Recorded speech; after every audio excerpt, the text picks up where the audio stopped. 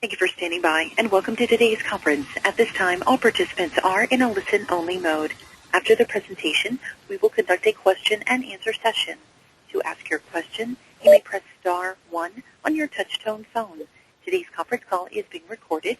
If you have any objections, you may disconnect. I will now introduce your conference host, Ms. Joyce Rose. Ma'am, you may begin. Thank you, and welcome to Webinar 4 of the Back to Basics series, brought to you on behalf of the Health and Human Services Administration for Children and Families, Children's Bureau, and is presented by ICF International. I'm Joyce Rose, your host and moderator for today's webinar, and joining me in a few minutes for a panel discussion on several of the most common pitfalls or issues that large IT initiatives like a CWIS may face over the project lifecycle will be a distinguished panel of state participants. Changes in funding availability and priority mean that opportunities for in-person discussions and networking among professionals working on state child welfare IT systems will be limited this year and likely in future years. Through this webinar series, the Division of State Systems within the Children's Bureau is offering a venue for information sharing and discussion. We are offering 6 webinars, 1 per month between April and September 2013. The webinars are intended not just for child welfare IT systems managers, but also all the staff involved in getting and keeping child welfare IT systems up and running. Although our series theme is Back to Basics, we invite and encourage participation from both experienced and newer managers and staff, recognizing that even the most experienced among us have something new to learn or may need a simple refresher. All of the webinars are recorded and are available online as reference and informational resources for you and your staff. There is a URL that is listed on this slide, and the webinars can be found at that site. A global notification will be distributed once they are all posted and accessible. So let's look at our Back to Basics series. And as I mentioned previously, today's 4th webinar in the Back to Basics series is a panel discussion on several of the most common pitfalls and how to avoid them over a project lifecycle. The topics for the next 2 webinars are still under discussion in the Back to Basics series, but please watch for information announcing what the August and September topics will be. So how do we participate in today's webinar? We encourage all attendees to participate in our webinar with questions and comments. All of our participant lines are muted now, but we will open them at the end of the presentation for discussion. You can also submit questions through the GoToWebinar chat feature, so we also will save those until after the presentation has concluded. Should we run out of time, we will respond to your questions via email, and or if you have additional questions, you can actually submit those to me at the email address listed on this slide, joyce@ksx.com. We are very interested in knowing who is attending this webinar in terms of position or capacity. It is our intent throughout all of the Back to Basics webinars to make the content applicable and attractive for all disciplines participating in a state SACLIS or CWIS effort. We ask that you self-select one of the 5 categories listed, also recognizing that not all states are SACLIS states. And to be inclusive of everyone, we will use the more generic Child Welfare Information System, CWIS, identifier. Elizabeth, would you please conduct the poll? Sure. I've just opened the poll up, so if you could go ahead and cast your vote and tell us who you are that we have attending.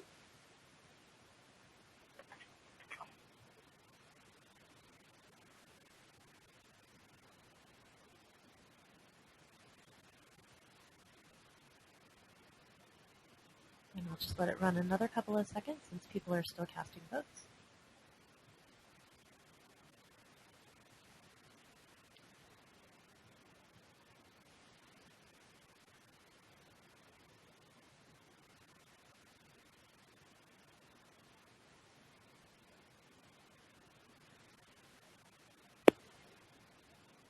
And with 89% of our audience responding, 94% responding, we have 24% that are state child welfare information system project managers, another 24% that are program managers, 18% who are technical managers, 24% project staff, and 12% ACF Children's Bureau personnel.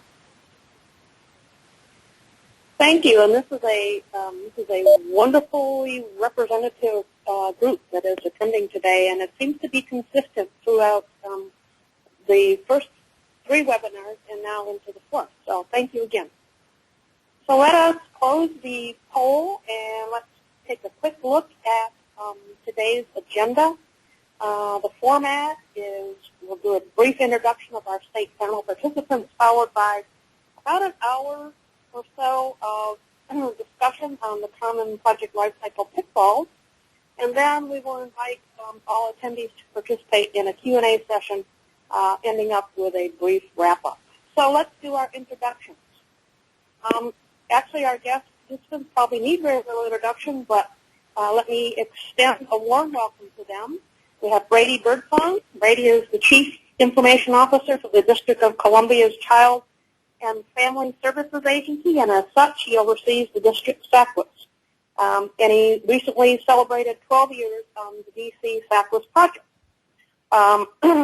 Lynette Carlson has been a licensed social worker for 40 years and has 29 years of experience in state child welfare, and she has worked on the New Mexico SACWIS fax system from implementation in 1997 to present.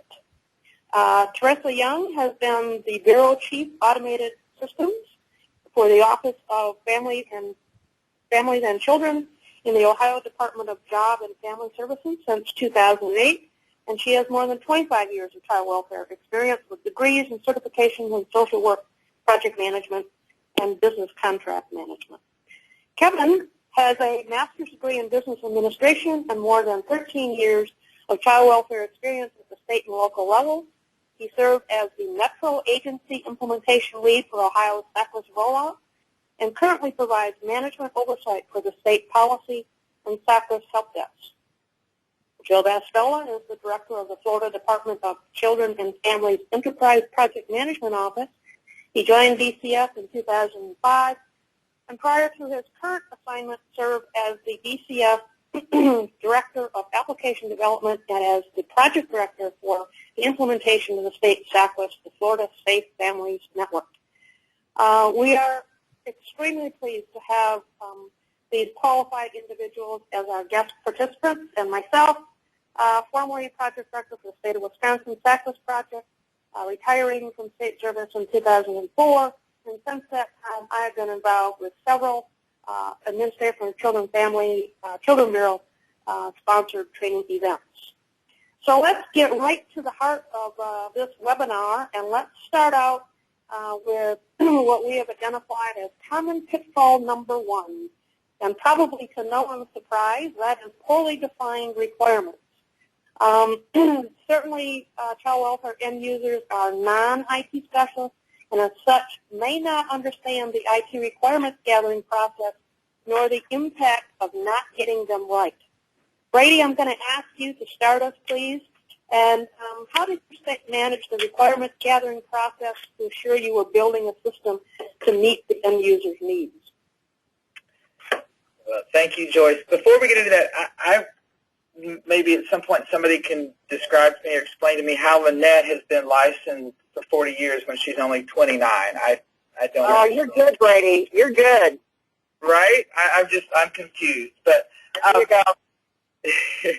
you know, Joyce, when I said that I would respond to this question and thought about how did the district do anything special, or how did we really respond to gathering requirements? Like you said, I don't think this is a new issue for anybody. Nobody's going to be surprised when they hear statistics about why do software projects fail, and because we have poorly defined requirements. And, you know, I mean, my thought was, what do I have to add to this conversation? And I think the district has done a pretty good job of it. We really haven't had any projects that failed miserably or even really failed that much. But I just felt like I needed some inspiration on how to frame the discussion for this call. So I did what I normally do when I'm looking for inspiration is I Google it. And so I Googled requirements gathering and saw the same old, most of the, until I came across an article that was in Stevie's blog rant. And the title of the blog was Business Requirements Are BS. And of course that caught my attention, and I read that, and it was pretty interesting. It was an intriguing article, but the main point came down to, and it was really geared towards entrepreneurs and people who were sort of starting from scratch on building, but it was build what you know. And I thought that was a really important aspect to this, and thought, well, you know, as IT folks in child welfare, we're usually building things, or probably always building things that are what the practice people want, of course. But I do think it's applicable for a number of reasons, and one is pointed out that the workers they're non-IT specialists, and of course our IT specialists are not social workers. But it's critical, especially from our IT perspective, that we really, really understand the business that's going on and have a deep understanding of what's being of what is being accomplished in the practice, so that we can automate or we can find a technical solution for that. And I think too often what comes down to that maybe that the practice is developed in a bubble, or is developed apart from having the IT folks at the table, and then they don't, but then they're coming to the IT folks and saying, here, implement this. And I think that what the district has done very well is, especially the last few years, is always have, is understanding the importance of having an IT representative at the table when projects are getting developed. And part of that, programs are getting developed. And part of that was because of how we sort of insisted upon it early on was, we want to be at the table, but not to drive the practice. And I think one of the things that we also do very well is, I'm sure everybody's had this experience when there's an idea of how we change practice or something that's needed, and they turn to the SACWIS folks and say, is that possible? How would you do that? We need a checkbox for this. And our response is, and folks will even repeat it now before we get a chance to say it, is that they have to, that don't think about faces yet. Think about what the practice is actually going to look like. How do they want to practice that in the real world?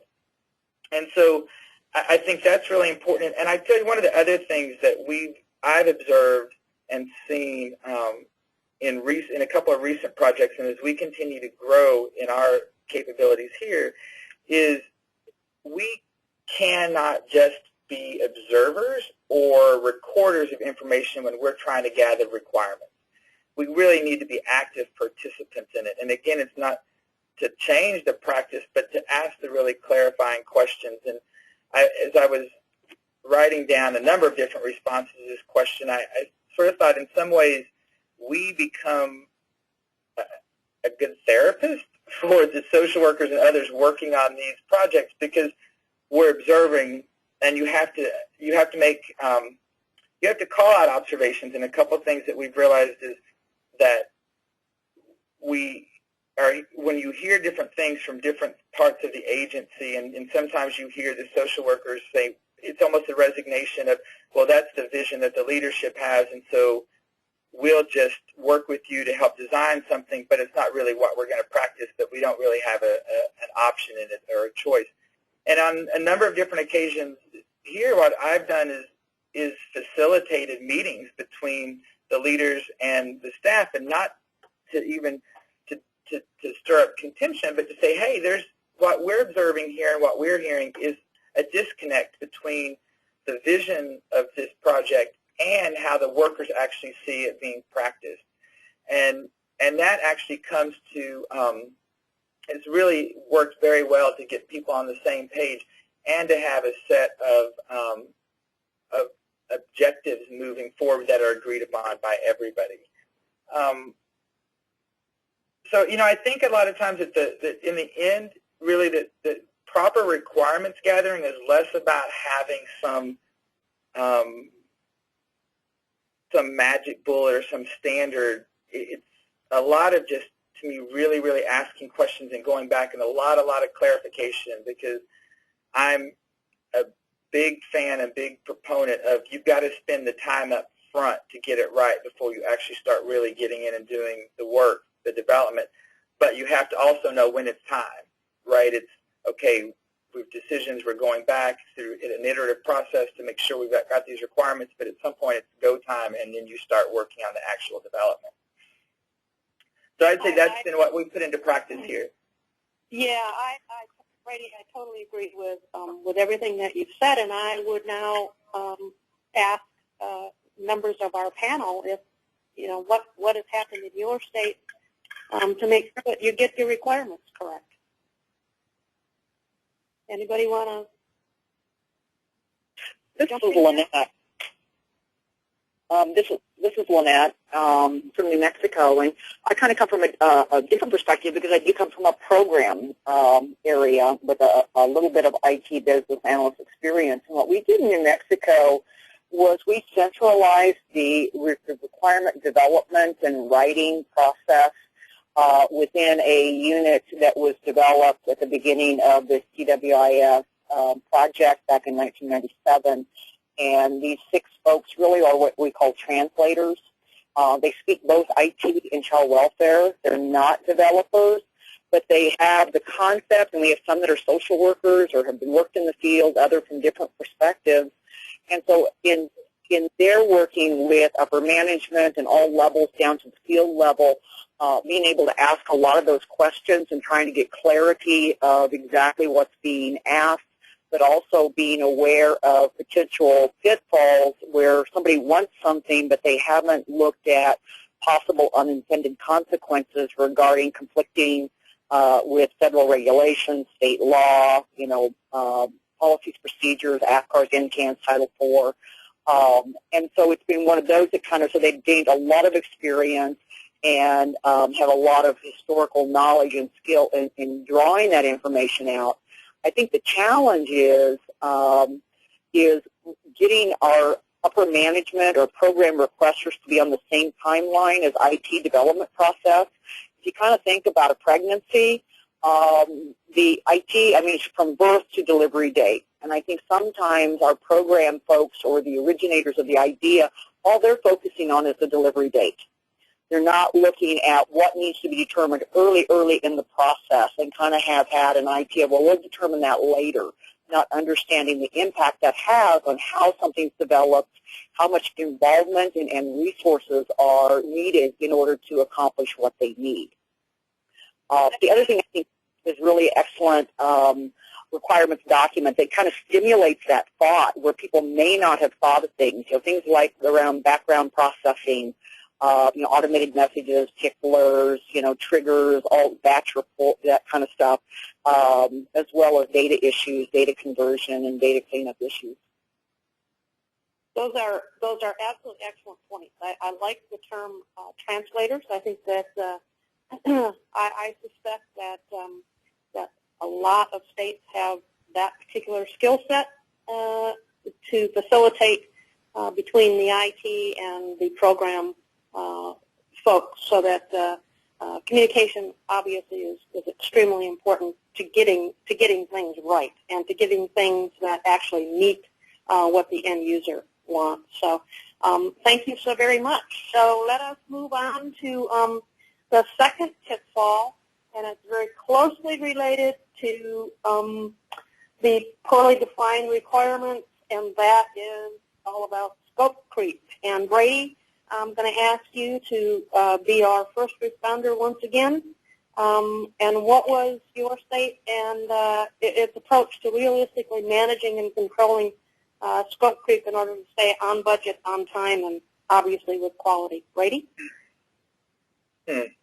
Well, I do think it's very closely related to the issue of requirements and having accurate requirements. I was thinking, what did we do to realistically manage and control scope creep? And I'm not sure that we did. Not that it ever really got to be a problem, but I'm thinking of it's almost, again, sometimes it's really hard to control it, because I think going back to the requirements too, it is all about communication, right? It's all about the IT staff really having as much of an understanding, having somebody be able to translate the program goals to the IT staff. And I think that probably most of the SACWIS folks have tried to do that and have folks on staff who can do that.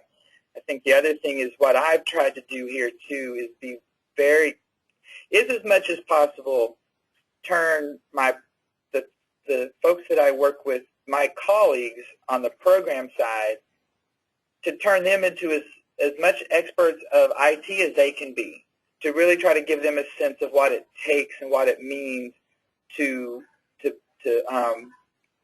do the development of a project of an enhancement to the system.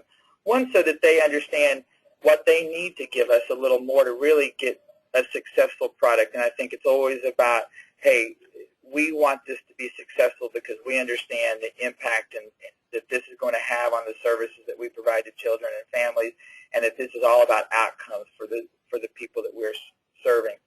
I think that one of the things that we have started doing is at the beginning, or clear the beginning of any project, is to define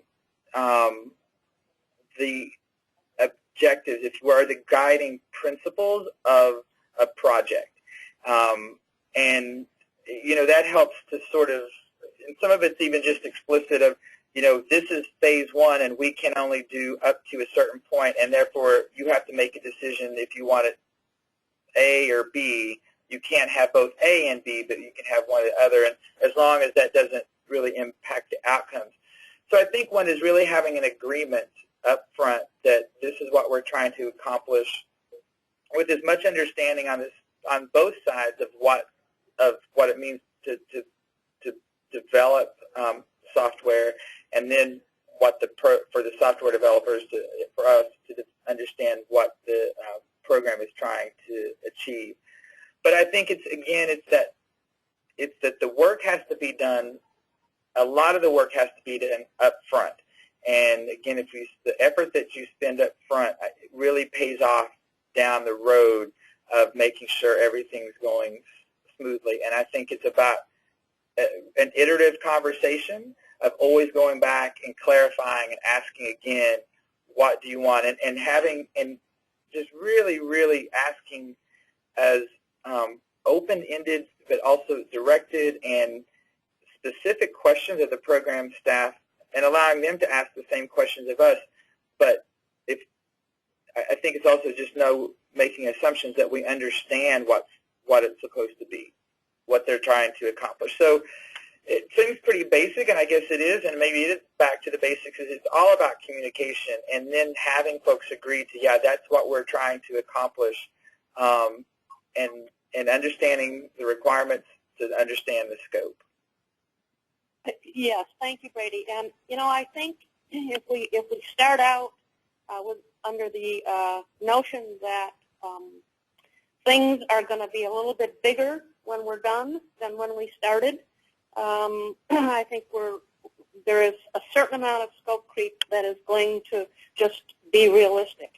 But the whole idea is, you need to stay obviously on budget, and time is an issue. So, panelists, do you have any?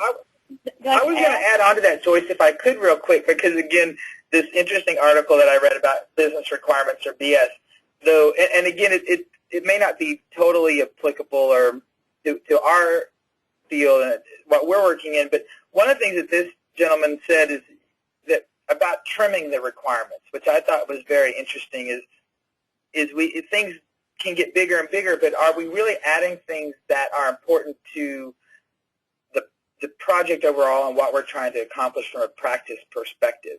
Or is it just, oh, yeah, that'd be nice to have, that'd be nice to have, but is it really, are those additions core to what we're trying to achieve? And I think a lot of times it's not, but when we don't have those clear guiding principles or directives of what the project is trying, it's easier to just keep adding and adding and adding. But if we say, well, is that really a value add to this project given these guiding principles, do we need to add it? And that also, I think, can obviously keep the scope in a manageable and in the same size as what we started out with. Very good. Very good. Panelists, do you have anything you'd like to add in support of Brady? Hey, Joyce, it's Joe. Just two quick things for our participants to consider that we did. One is I always used to joke with my staff and say, you know, as the state, we wanted everything from the vendor for free, and the vendor wanted to deliver as little as possible and charge us. And while that's certainly a joke, I think what we found was that for all these initiatives that are tied to vendor delivery, vendors usually show up with wonderful scope management processes that, while you never want to adopt them blindly, you can certainly leverage and leverage the attention of your vendor to help control it. And I think if you strike a balance between how they want to manage it and the fact that you have to manage it, you can find that you can leverage those processes pretty effectively. And then secondly, I think, you know, the way we worked hard to control it was you really have to cut scope creep off at the ankles, right where it starts. So the biggest issue with scope creep isn't always the fact that you're delivering too much or you agree to do too much. Sometimes it's that you spend too many cycles talking about delivering things that you don't need. And so the sooner you can push the identification of an out-of-scope issue up front before resources and dollars are spent on it, the better off you are. Absolutely. Good point, Joe. Good point. Anyone else want to add anything, or should we move on to number 3? Looks like we'll move on to number 3, or sounds like we'll move on to number 3, which is poor testing. And oftentimes developers will do a great deal of testing, but eventually it comes down to the end users who must run the acceptance test to see if the system is meeting their business requirements. So, Lynette, what was your state's approach to system acceptance testing, and how did you select your testers, and what kind of training did you provide, and do you think your approach was successful? Sure, I can talk about that. What I can say, our approach is evolving. As many of you know, New Mexico, we're kind of an antique. We had our system, our SACWA system, teamed up in 1997. And so we have learned and had successes and bruises along the way. Like Brady, I sat down and kind of thought about what concepts might really be important to share. And one of them that came to me was that testing is only as good as the complete testing process. And that means all the way back to the unit testing by the developer, the quality assurance testing by the IT business analyst, the user acceptance by the program area, and then the regression testing on the whole application by the IT business analyst, et cetera. And the reason I bring that up is if there are deficits in those first two levels before it comes to user acceptance testing, it's going to be frustrating for everybody involved. Our concept of testing at all levels needing to be strong, comprehensive, extensive, with as much institutional knowledge as possible, you know, testing out the majority of the scenarios with an eye to unintended consequences and different styles of testing. We found in the early days, development was not used much by tabbing. And it was more of a mouse approach. And as we have newer users coming on, they're used to tabbing. They don't want to have that impatient thing about moving the mouse around. And so we really had to change our ways of testing and coding in order to deal with that. Trying unconventional ways, I know it's a surprise to everybody, but not all social workers or program people enter things the same way. And so trying to find different ways to utilize that, and definitely in UA testing, trying to break it. See what somebody might do that was not an A through Z step-by-step process. The other thing that we really learned, and this may be a shock to people, is that social workers and program people don't think like IT people. I've had many conversations with great developers who came very excited that we found this really great way. We found this great functionality, and this is how we're going to do it. And it would be like speaking French to someone, from the United States. I was like, the social workers don't think that way. They don't practice that way. It doesn't follow their workflow.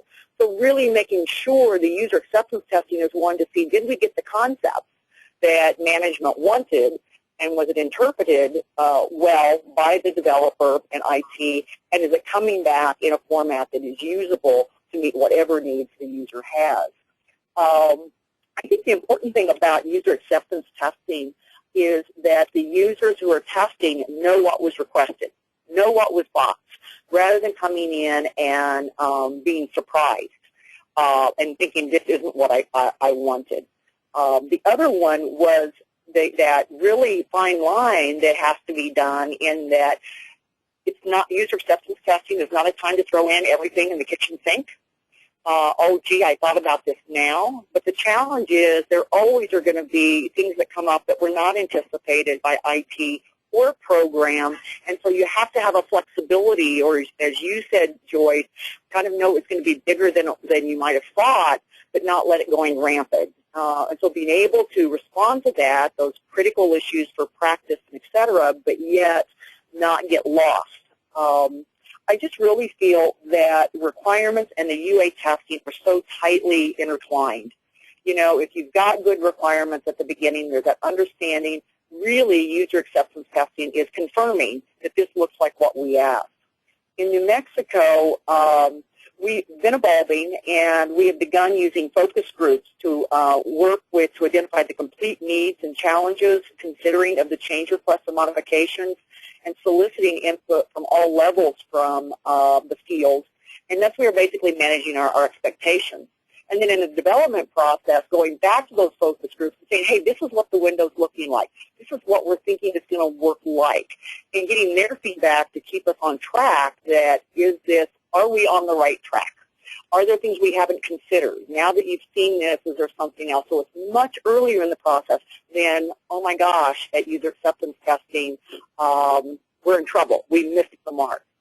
The other thing that we have utilized is using specific field users to come in and assist with acceptance testing. We haven't done wide groups like many states and having lots of field people coming in. One is time requirements, and some of it is the expertise in testing. But we have utilized things like our state centralized intake, our centralized adoption unit, or eligibility people if we're making changes in their program, bringing them in not only at the focus group side, but also in the testing side to make sure that we're interpreting their process and their practice, and that the new functionality is going to do what we'd like it to. The other thing is, in New Mexico, the lion's share of the user acceptance testing for the last 16 years has fallen on this decentralized fact specialist that I kind of spoke to about earlier, the translators. And however, with increasing complexities and new and modified federal, state, local requirements, mandates, laws, this has really become daunting. It's been very extensive labor and time drain. And so we've had to really do some dividing and conquering. It's had some downsides. It used to be my team could test everything that was in a release.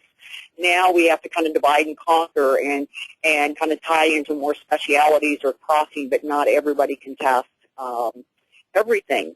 And so one of the things that we've talked about in the past was using some type of an automated testing program or SQL type of thing. We've not used that historically, but we are talking about that in our web-based conversion that we're looking at, and I think that will be really helpful so our testers can kind of test some of the more practical things rather than the rote processes that are kind of typical and can be very time-consuming.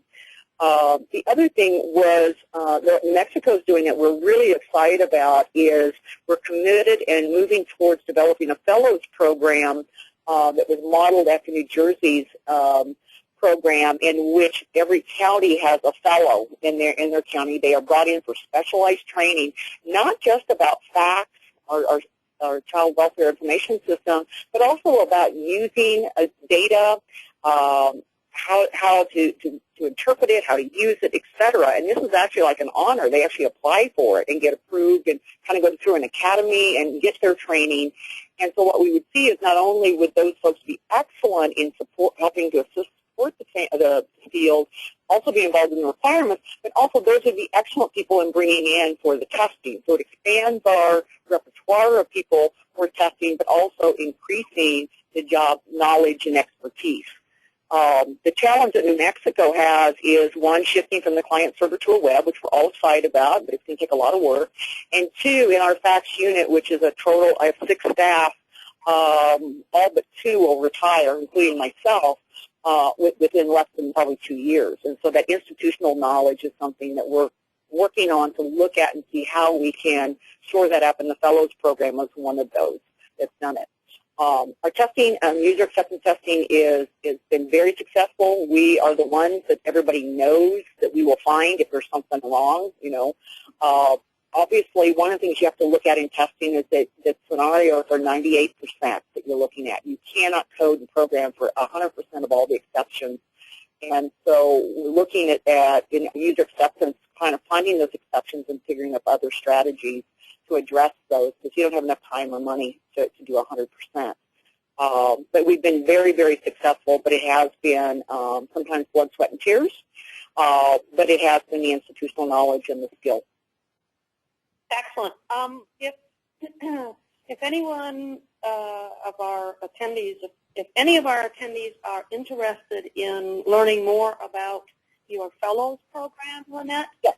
Yes. If you'd be willing, okay, you can share that. So if you want to identify yourselves via chat or whatever, we will get you connected to Lynette. And my question that I have for the panelists about testing is, does any state that is represented, Florida, Ohio, DC, do any of you use an automated test tool? This is the district. This is Brady. We don't. Okay. Tressa, Ohio, do you use automated test tools? Yes. Yes, we do. We use Quick Test Pro. What was that again? Quick Test Pro, it's a Hewlett-Packard product, part of their application lifecycle management package. Okay. Did you find it extremely difficult to get started? It does take some legwork to get started. It's actually handled outside of our area with our information systems office, and they have gone in and recorded the steps for each page in the application, recorded the steps. And if we make a change to the application, they actually have to go in and edit their script so that it reflects the new functionality. But they are able to run those on a regular basis for, regression testing. Fantastic. Again, that was Kevin from Ohio, so if anybody wants more information about the tool that they are using, I'm sure we can get you connected to Kevin. So let's move on now to our fourth pitfall that we've identified, and that is underallocated resources. And often there are simply too few state resources allocated to a large CWIS project. Multitasking, long hours, and constant juggling of priorities becomes a way of project life. That could lead to some morale issues, productivity decline, and even some dissension. So, Joe Bastola from Florida, can you tell us how you engaged your staff and prevented morale issues and got enough resources to get your project done? Sure.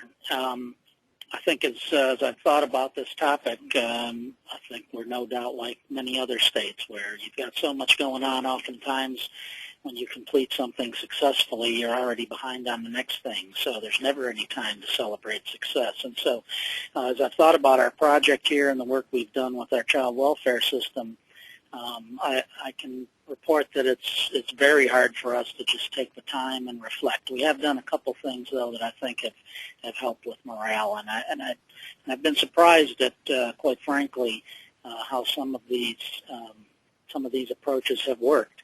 I mean, like all states, the people we work with, whether they're in IT or whether they're program resources or partner resources to a person, we find them to be very committed to the child welfare environment and moving it forward and increasing the quality and timeliness of it. And so what I've really found is that the more that you can do to show that each person who's involved, right, because they're all assigned multiple tasks and multiple projects, but that their involvement has impact on the project and the activities you're doing. And we've done that through communication as an example, making sure that people know what they're working on, why they're working on it, how it fits in the scheme of things, just to give them a sense of where they fit in with the project and how they're making an impact. Other mechanisms we've used have been along the lines of making sure that we minimize to the extent we can the amount of wasted time or duplicate work or number of times people have to communicate or involve themselves in activities so that they feel like their time is being utilized appropriately. And many of these things turn out to be just what I like to call, and what no doubt everybody would realize, is just effective management, utilizing the resource at your disposal and making sure that the right people are empowered to do the right things. And so those are the types of activities that we've kind of employed here. We consistently sit back after success and say, gee, we should have celebrated that. Let's do it the next time.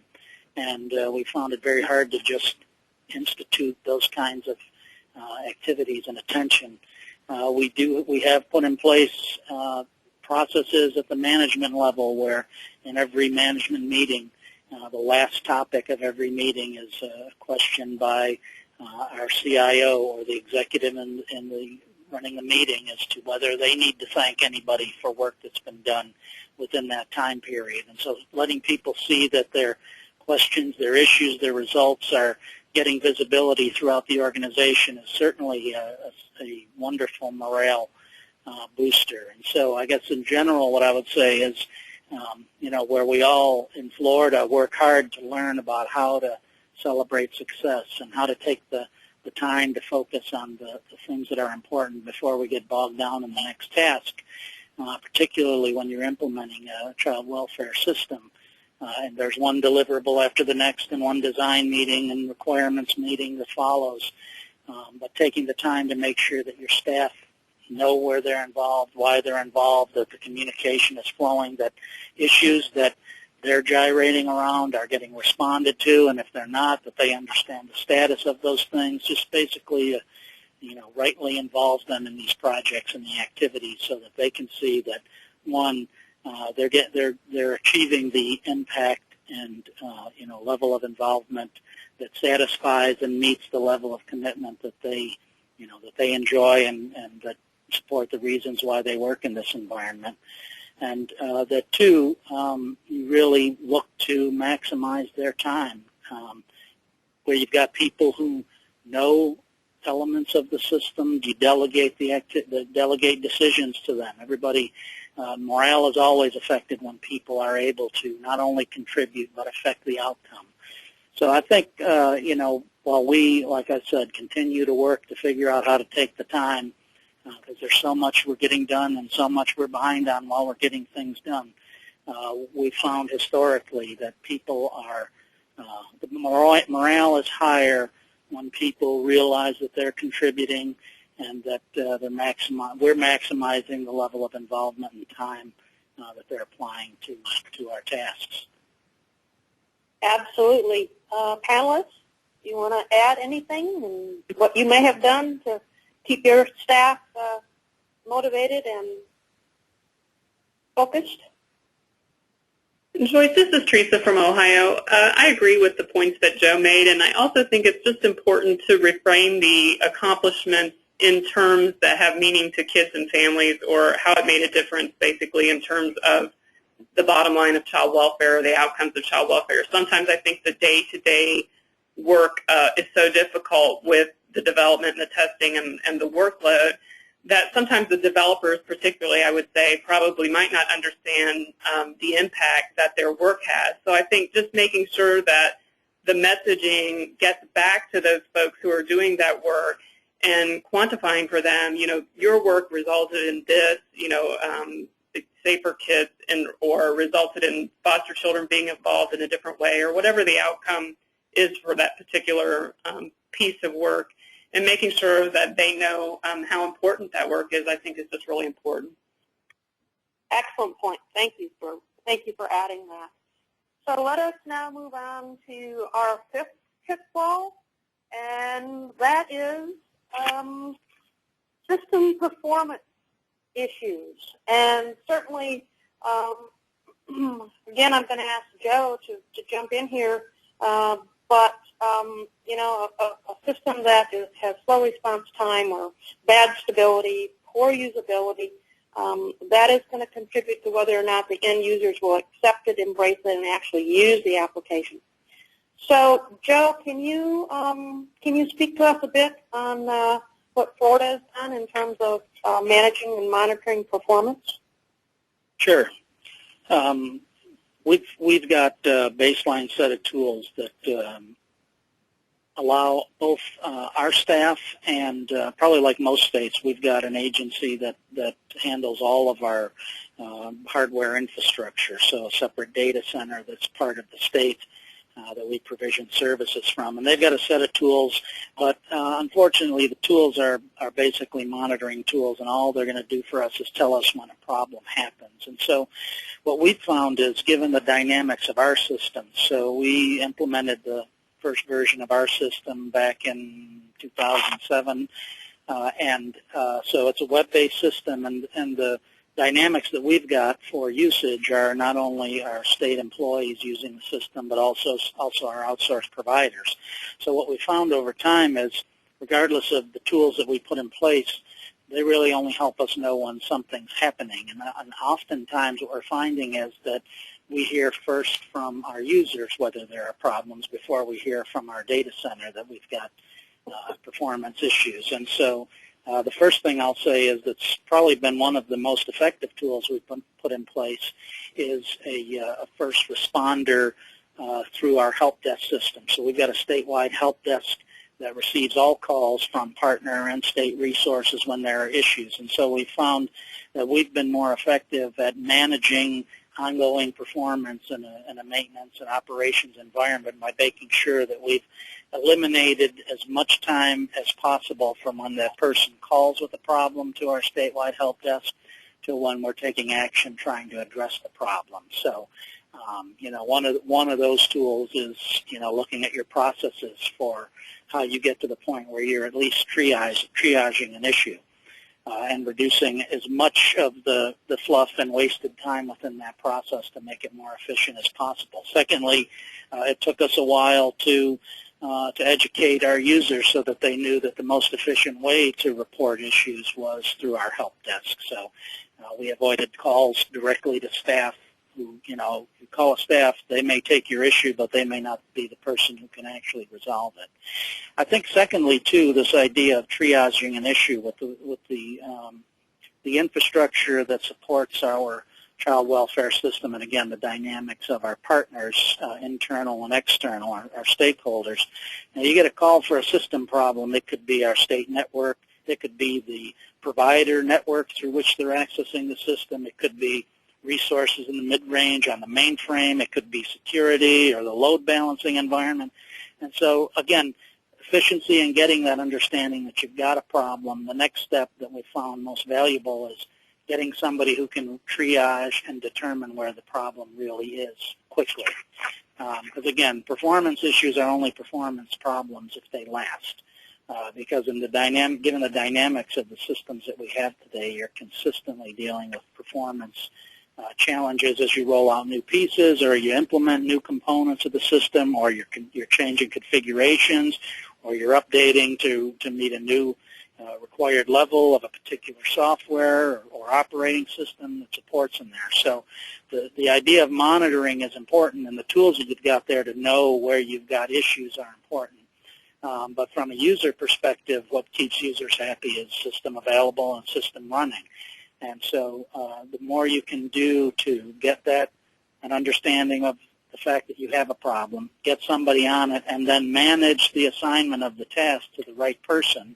And in our case, that may be our staff, the application staff, it may be network staff, it may be back to our data center, and really work towards where you're assigning people who are responsible for the management and resolution of that problem instead of just passing the ticket along to somebody who may fix it. And so we found that by kind of integrating our internal monitoring, so we're watching to see when the systems are there. And again, we have transaction monitors that sit both in our mid-range and mainframe environment, so we know if either capacity or performance is being impacted.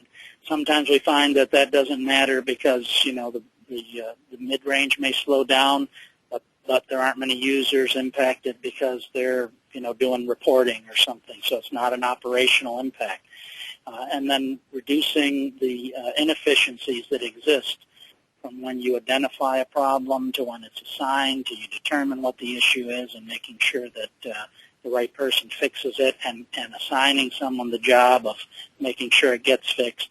And then I'd be remiss if I didn't talk about the requirements for communication. Sometimes when you've got users, you know, they don't know you're working on a problem if you don't acknowledge it. So that feedback loop to say, hey, we've heard you, we know there's a problem, there is a problem, making sure you're advising the stakeholders who use the system that you have a problem so that they don't waste time or they don't recommunicate the same information.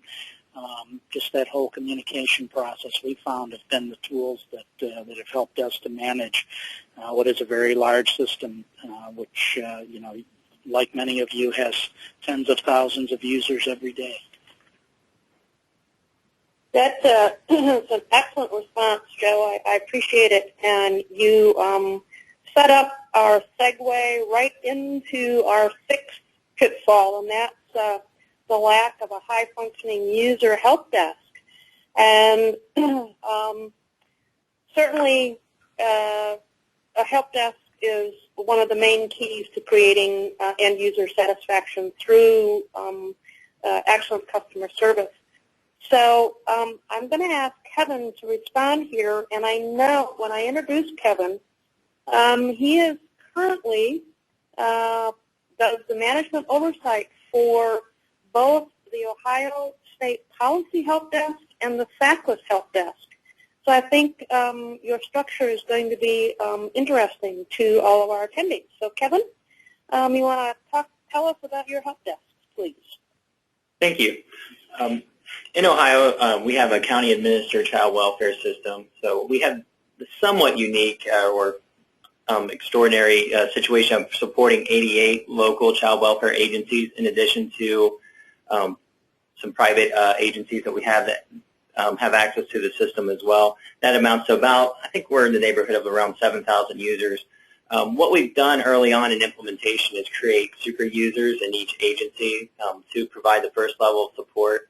So part of the main ways, or part of the reason for our success why we can support that many users is that we do have experts in each agency that help troubleshoot issues on a local level and then provide a sort of a liaison to the SACWIS help desk so that they can relay issues to the help desk and then return information back to their own agency when they receive communication back from us. On our help desk, we currently have, for the SACWIS side, we currently have 5 full-time business analysts assigned to the help desk. These business analysts are also responsible for testing and other project-related assignments. So they're not solely, their sole responsibility is not, their sole responsibility is not just the help desk, but they do have project-related responsibilities.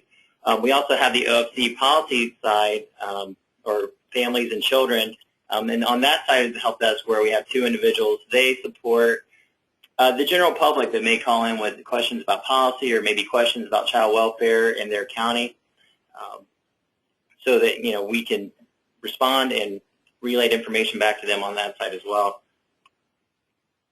Our SACWIS business analysts are also responsible to note policy in Ohio, so that if any of the calls from the policy help desk were to spill over, since we only have 2 representatives on the policy help desk, we take the overflow and send it to the SACWIS help desk.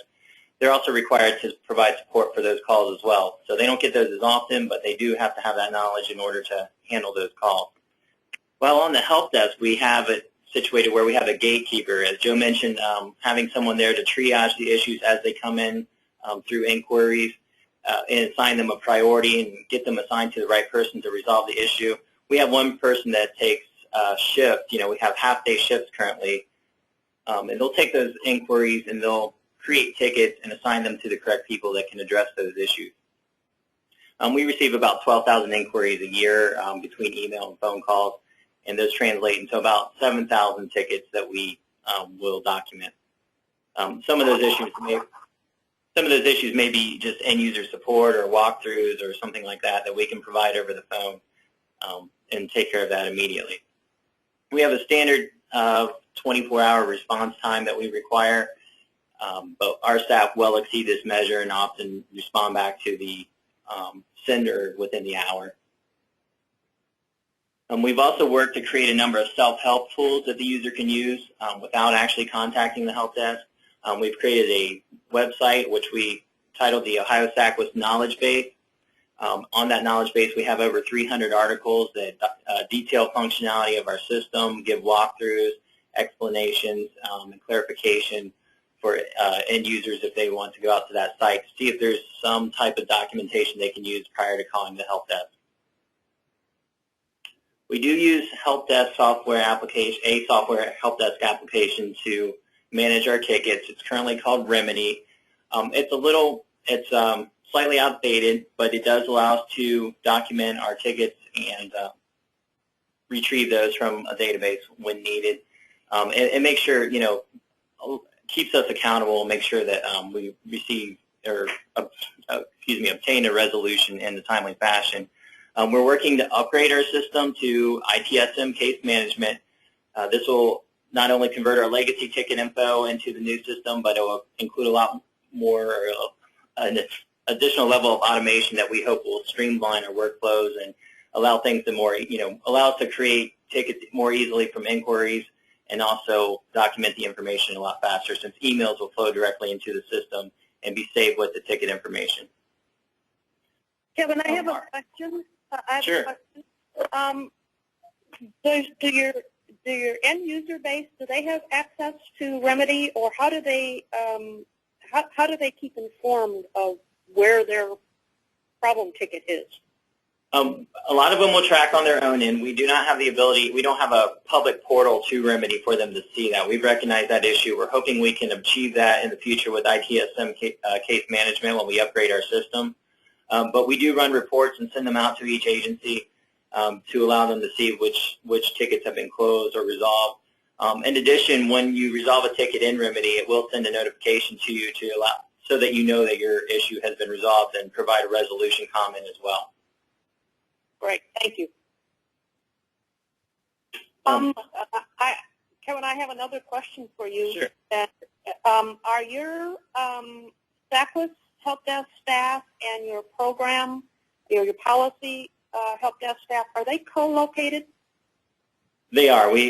They are actually sitting right next to each other. So yes, they are, and they are able to share knowledge with one another, being so close. So that is a benefit for us. Great. And I'm sorry if I interrupted. Go ahead. No, that's a great question. Thank you.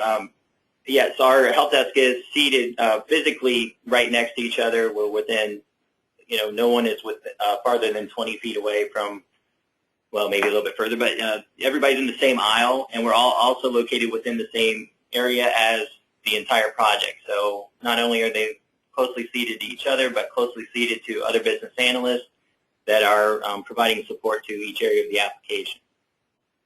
Fantastic. Thank you. Our help Oh, you're welcome. Our help desk is also staffed with all business analysts as well. So their experience and skills have, they had to meet the same minimum qualifications as the other business analysts on the project that are assigned to other design activities and testing and things of that nature. And as I mentioned earlier, they're responsible for various testing assignments. So that helps them keep up on their knowledge with the application and new functionality, since oftentimes they've had to or been responsible for testing that piece of functionality when we put it into the application.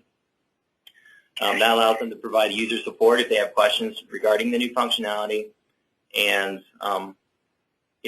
again, keeps them up to date. We've been moving in a direction where we've been able to include those business analysts on the help desk in various initiatives. That helps them bring an end-user perspective to our design sessions, as well as I stated earlier, keep them up to speed on changes to the application. They can share that knowledge with their peers on the help desk, and that really translates into great user support. Fantastic. And panelists, do you have anything that you want to add in terms of your help desk approach in your state that maybe a little bit different, or anybody? This is Lynette from New Mexico, and I guess I had a couple of questions. One is our help desk is contained in the ITS division. There has been a transition. When we first started, the help desk did provide that general program as well as technical support. That has, and it was staffed with people who had program background, but that has transitioned in more recent years to it is just a technical, network, printer, that kinds of things. All questions regarding protective services or our child welfare applications are directed to my staff, which are in a different division. And so that's obviously increased some workload and those kinds of things. So it's been an interesting transition. Also, our help desk, which is quite small, I think there's like 5 positions now, it does support numerous divisions, as they all are in our child welfare information system: protective services, juvenile justice, early childhood, administrative services. So they basically cover in excess of over 2,000 employees. They do use a lifetime application, which is a COP system, and it has some limitations and things that we are able to communicate back and forth and search and see where tickets are. We had to make some general changes because you only can search on tickets that are open to you, and that wasn't real helpful to me as I was supervising, because we are one of the primary persons who open tickets with them, and so we ended up creating a kind of a user that was a PSC fax support that we all were members of, and so we all could go in and search to see if we had similar issues. The one question I did have was, do states have after-hours support? We do not. Ours is pretty much an 8 to 5 support, so we're just interested in how other states are doing that, particularly like we have a 24-hour hotline and weekends, et cetera. Kevin?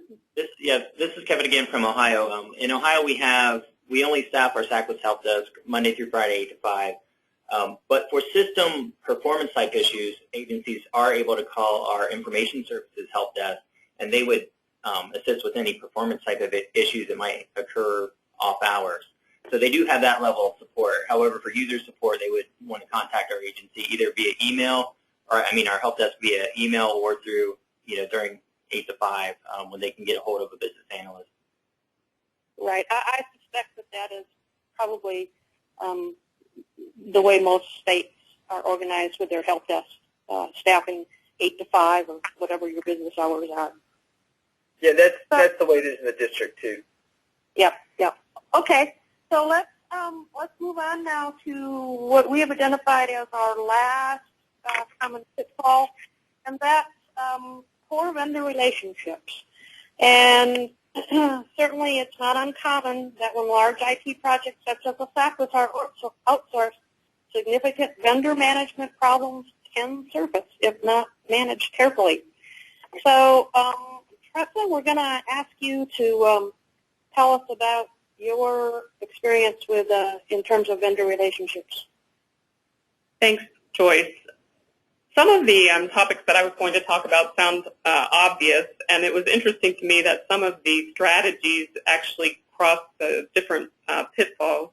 And one that I heard a lot throughout the discussion today had to do with having realistic expectations.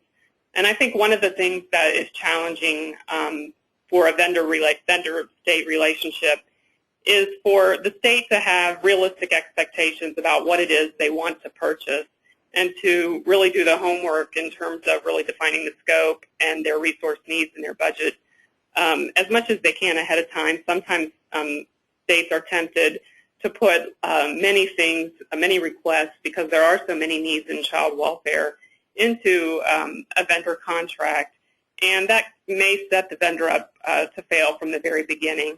And then likewise, the vendors, I think, sometimes have unrealistic expectations about what they can actually deliver.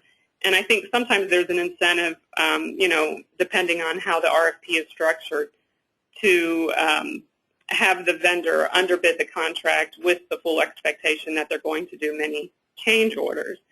And so while for your own project within an RFP, you may have some control over that, if you're in a state environment where there's a history of allowing or having a business practice of choosing lowest bidders and then having extensive change orders that modify your scope and cost, you send a mixed message really to the vendor community about what your expectations are. So I think it's really one of the biggest challenges from the beginning of a project to make sure that you have a good understanding of what your expectations are and what the vendor can actually deliver for the cost. Another thing we found helpful in Ohio is that it's important to have a vendor, at least in our experience, who is local and who is committed to your project. These projects are complex and take a long time to complete. And so it's been helpful for the vendor to be someone who may have other business interests in your state, because you want a vendor who really is going to be committed to your success. And while they may bring in talent, from everywhere, and that's helpful to your team in terms of building competency, it's been helpful in Ohio to have a vendor who's been has a business interest beyond your project to stay committed, basically, to make sure that your project, they're going to be around, basically, for a while, and they want to make sure that you're happy and that your project is successful. For us, it's been really helpful to have cross teams of state staff with vendor staff. The state staff obviously have historical knowledge and knowledge of regulations and politics within your state, and vendor staff often have a lot more flexibility and access to talent to be able to work on a quicker time frame or outside of the union structure that can really augment your team. Other things I think that are important, if you can, is to think about the cost structure from the very beginning for the item of work that you'd like to have accomplished. In Ohio, we've used different payment structures for different kinds of projects, and we've tried to have as much flexibility within those payment structures as we can. Obviously, if you have something that is changing, like child welfare, that's dynamic, there's some work that makes more sense to be deliverable, fixed price based, and some that makes more sense to have time and materials. So thinking through, what type of payment structure best fits that work, and building in flexibility when you do run into issues, and having a framework for how you're going to deal with those issues ahead of time, how they'll be escalated, hopefully within your project team rather than to your agency's leadership to have to either go get more money or mend your contract. And then the other basic thing, I think, is just to have a mutual understanding of what both sides need to be successful. The state, is often concerned about services and about regulations, and the vendor is often concerned about making sure that, they're getting paid and that they have the talent that they need in order to deliver the deliverables that they've promised, as well as an infrastructure that has the technology tools that they need in order to be successful. Excellent. I think at the very beginning, discussing what is win-win for not only the state but also for the vendor, and sharing that, communicating that to each other is really important. And I think it sets the tone of contract management. Yeah, I think the other thing that has been helpful to us is it sounds obvious, but really building the relationships so that you can have honest discussions about the status of projects. I think some of our experience, you might always hear things are maybe better, or people aren't confident enough on your team to really tell you, when you've gone off track, or when you run into problems. So maintaining communication frequently, as others have talked about in their discussions, as well as making sure that you have the trust when things are not going well, that you can head off that becoming a major issue or major problem. Absolutely, and having those honest discussions is not easy, but it certainly is of most benefit. So, Tressa, thank you so very much for sharing your insights. And I want to thank the entire panel for not only providing your insights and sharing your experiences and your wisdom, but I hope that this discussion has really not only been insightful, but also beneficial to all of our attendees. So now let's open up the Q&A portion of this webinar. Elizabeth, you want to give the instructions here? Actually, I'm going to turn it over to Catherine, our operator. Catherine, if you could let people know how they can line up to ask questions. Certainly. Please unmute your phone and press *1. Only record your first and last name. If you would like to withdraw your question, you may press *2. Once again, press *1 on your touch-tone phone. One moment for the first question.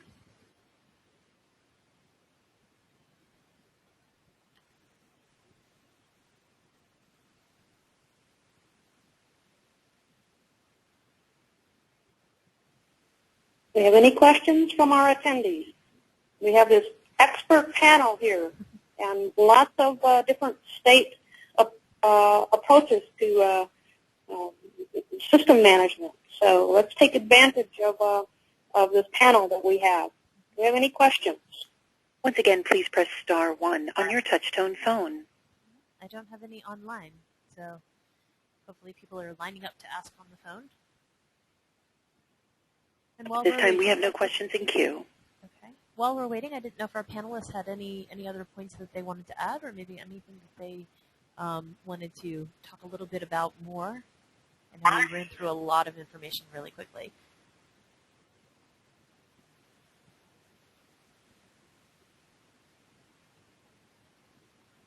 We do have one question from the phone. It's a comment. Comments are fine. Okay, great. I just wanted to say that the information shared today was extremely helpful. And we've run into several of the issues that were explained today, and I really valued the insight that was shared with us. So thank you. Oh, that's it. Thank you very much. Excellent. Excellent. Once again, to ask your question, you may press *1 on your phone.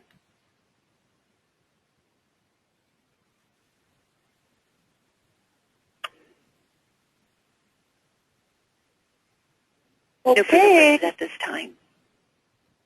All right. Let's, well, I guess we'll just assume that our expert panel did an excellent job of addressing issues for all of you. Again, if you want to, you can send me email, and I can forward the question or comments to any of the panelists. So Catherine, do we have someone on the line, Catherine? Actually, no. Oh, I'm sorry. No questions at this time. Okay, go ahead, Joyce. I'm sorry. Okay, so again, we'll just make a assumption that our panelists really gave you a lot of information that you need to process or think about. And again, if you want to send me any questions, please do. So let's move to our wrap-up, and I'm going to move on to the next slide, and I'm just going to share just a little bit of humor with you on 10 very interesting but not uncommon ways to potentially guarantee the failure of a systems project. First one is don't use a specific methodology because coding is all that is really important. The next one, create the project plan by working backwards from a drop-dead system completion date. Number 3 is don't bother with a data model. Just build whatever tables you need. Number 4 is use a technical lead that has never built a similar system. Hiring such talent is way too expensive. And the 5th one is hire 40 developers to make the coding go faster. The 6th one, build a system in Java, even though most of the development team still thinks Java is simply coffee. Number 7, 3 months before the system goes live, assign one junior developer to handle the data migration. I think we all remember the data cleansing issues. So the 8th one is skip the testing phase because the project is way behind schedule. Number 9, change the system to support critical new requirements discovered during final development. And then lastly, buy a COTS product, a commercial off-the-shelf package, or a transfer system, and then customize the heck out of it. Just customize it a lot. So hopefully that adds a little humor to our day. And moving then to our wrap-up, today we have shared the insights of an expert and experienced panel regarding some of the common pitfalls that all large IT projects face. And what's next? Any follow-up regarding any questions we will provide, and then, of course, information regarding the topics of the next webinars, 5 and 6, in August and September, will be forthcoming. Again, this webinar has been recorded, and it will be made available online. And when it is complete and posted, we will send you a message via the Sackless Managers listserv with the link. And there is the link that all of the other 3 webinars are posted for your access. I want to thank you all for attending, and we encourage you to submit any specific ideas for another webinar topic to me at the email listed above, joyce@kassets.com. Again, thank you to our marvelous panel, and that's a wrap. Goodbye. This will conclude today's conference. All parties may disconnect.